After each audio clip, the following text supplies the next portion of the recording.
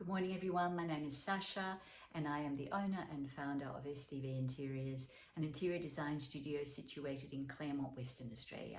This is our third video.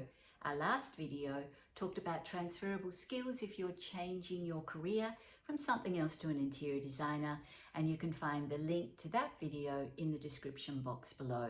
But this week we are talking about dimensions using the trusty tape measure.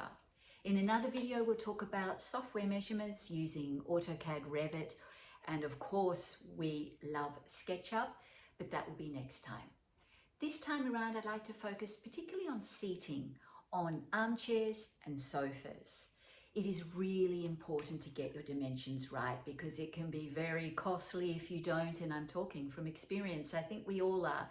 We all learn this as we go along. We always measure in millimeters, and what I'd like us to do is to think about a scenario, and this is what it is. You've been tasked to organise new seating in a lounge area, a living area on the 4th floor of an apartment building.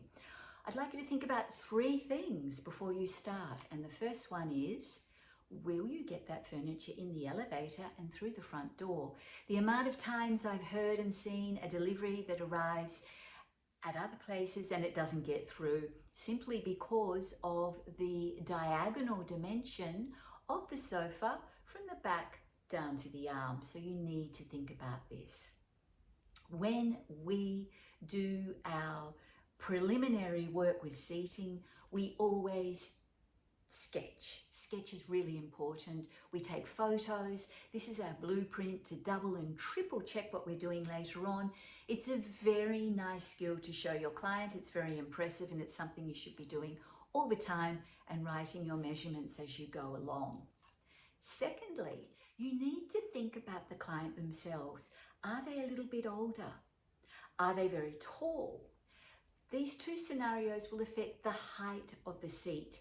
An error we see a lot, particularly in apartment buildings in the foyer, is very low seating where it's hard for these types of cohorts to get up and down out of the seat. Think about that. Thirdly, think about scale. Do you have high ceilings in the room that you're going to be putting this furniture in? The higher the ceiling, the larger the furniture, and vice versa, the lower, the smaller. We'd also like you to think about, what about the traffic pathway, the flow within that room? You really need to have a good space. We always recommend at the minimum 600 millimeters, up to 900, 800 works very well, about where you're going to put your furniture. And finally, we've discussed scale, but I'd like to talk about feng shui. This is the harmony within the environment that you are creating.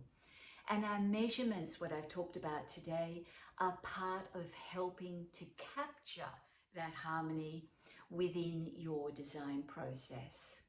We hope you enjoyed this video and found it informative.